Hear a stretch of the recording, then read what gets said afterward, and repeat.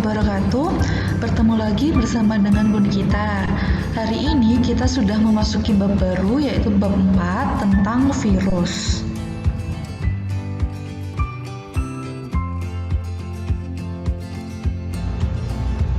Hal yang pertama yang akan kita bahas adalah ciri dari virus.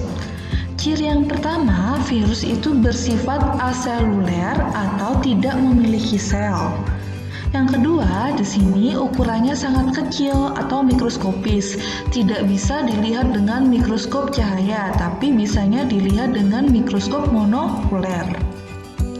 Kemudian, virus ini juga disebut sebagai makhluk perantara, atau bisa dikatakan makhluk hidup, atau bisa juga dikatakan sebagai benda mati. Kenapa? Nah, kalau virus dikatakan sebagai makhluk hidup, soalnya virus dapat berkembang biak. Sedangkan virus dikatakan benda mati, soalnya virus itu dapat dikristalkan. Kemudian, virus juga memiliki satu asam nuklear saja, yaitu DNA atau RNA. Dan yang terakhir, virus hanya dapat hidup di tubuh makhluk hidup. Jika tidak ada makhluk hidup di sekitarnya, maka virus akan dikristalkan atau virus bakalan mati. Jadi, ini untuk informasi buat kalian semua, jika ada yang bilang kalau misalnya virus dapat bertahan di atas meja selama 2 hari, atau virus dapat bertahan di atas handphone kalian selama beberapa hari, itu hoax. Kenapa? Soalnya di ciri virus ini, virus dapat hidup hanya di tubuh makhluk hidup saja.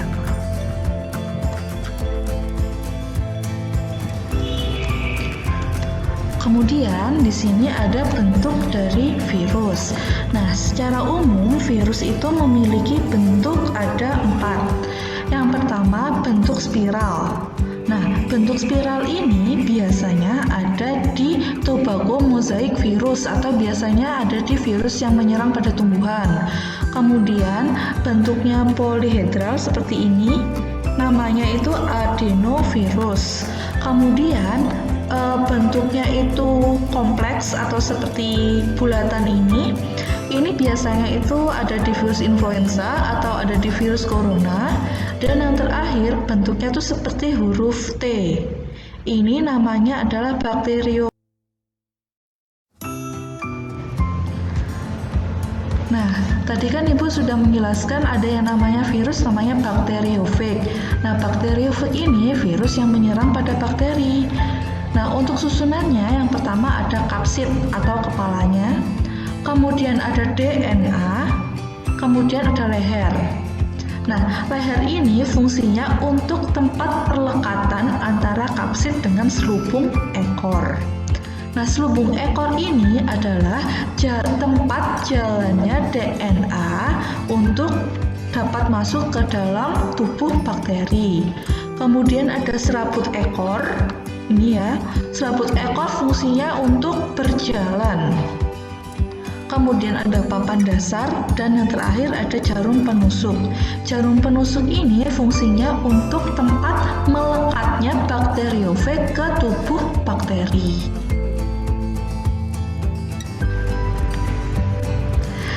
Selanjutnya adalah replikasi virus.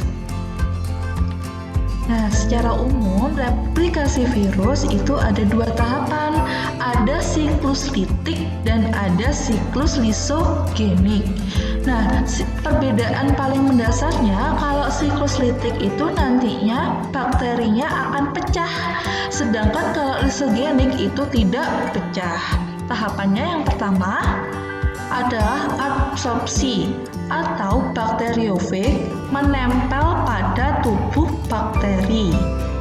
Yang kedua, fase penetrasi, di mana bakteriofag ini menginjeksikan atau mengeluarkan DNA-nya ke dalam tubuh bakteri. Kemudian yang ketiga ada fase sintesis, di mana di sini DNA dari virus dan ada DNA dari bakteri. Kemudian di tahap keempat ada tahap replikasi, di mana di sini di tahap replikasi mulai bergabungnya antara DNA virus dengan DNA bakteri. Yang kelima di sini ada fase perakitan, di mana fase perakitan ini mulai ada dari kepalanya bakteriofag, kemudian kakinya bakteriofag itu mulai dirakit. Dan yang terakhir ada fase lisis. Fase lisis di mana bakteriofag ini sudah memenuhi tubuh dari bakteri, sehingga tubuh bakteri ini akan pecah dan akhirnya bakteriofag keluar dari tubuh bakteri. Itu untuk siklus litik.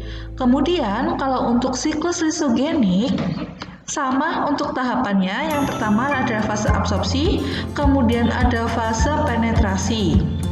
Nah, fase penetrasi, setelah fase penetrasi ini DNA dari bakteriofag dan juga dengan DNA-nya bakteri akan bergabung seperti ini. Setelah DNA-nya bergabung, kemudian lanjut ke fase yang C, penggabungan ini. Setelah itu lanjut ke fase pembelahan. Tubuh dari bakteri akan membelah. Setelah membelah, kemudian tubuh bakteri akan berpisah. Setelah itu lanjut ke fase yang ketiga, fase sintesis atau fase replikasi. Kemudian lanjut ke fase perakitan dan yang terakhir fase lisis.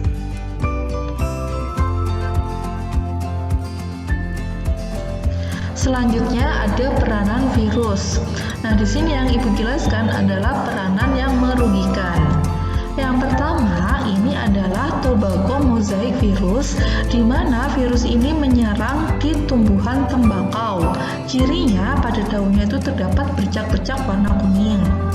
Kemudian ada virus Tatelo. Nah, virus Tatelo ini menyerang pada ayam. Cirinya ayam tersebut tiba-tiba mati. Nah, matinya ini cukup unik. Kepalanya itu akan terbalik seperti pada gambar ini. Kemudian ada virus rabies yang menyerang pada anjing. Ciri yang paling umum itu adalah biasanya anjing mengeluarkan air liur yang sangat banyak. Kemudian ada virus influenza. Kemudian ada cacar air. Kemudian ada campak. Nah, bedanya kalau cacar itu benjolan-benjolan di kulit kalian biasanya itu keluar air atau nanah, sedangkan campak itu ruam-ruam merah dan tidak ada air atau nanahnya. Dan yang terakhir ini ada virus polio.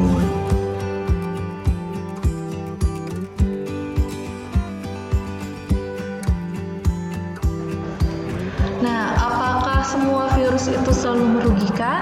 Jawabannya tentu saja tidak. Terdapat banyak juga virus yang menguntungkan bagi manusia, khususnya di bidang kedokteran. Contohnya ada penisilin. Kalian bisa cari apa itu fungsi dari penisilin di Google ataupun di buku kalian.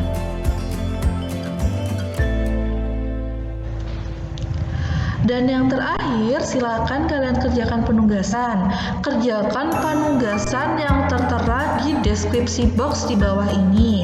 Jika ada yang tidak kalian pahami, silakan tanyakan ke Ibu. Sekian, terima kasih. Wassalamualaikum warahmatullahi wabarakatuh.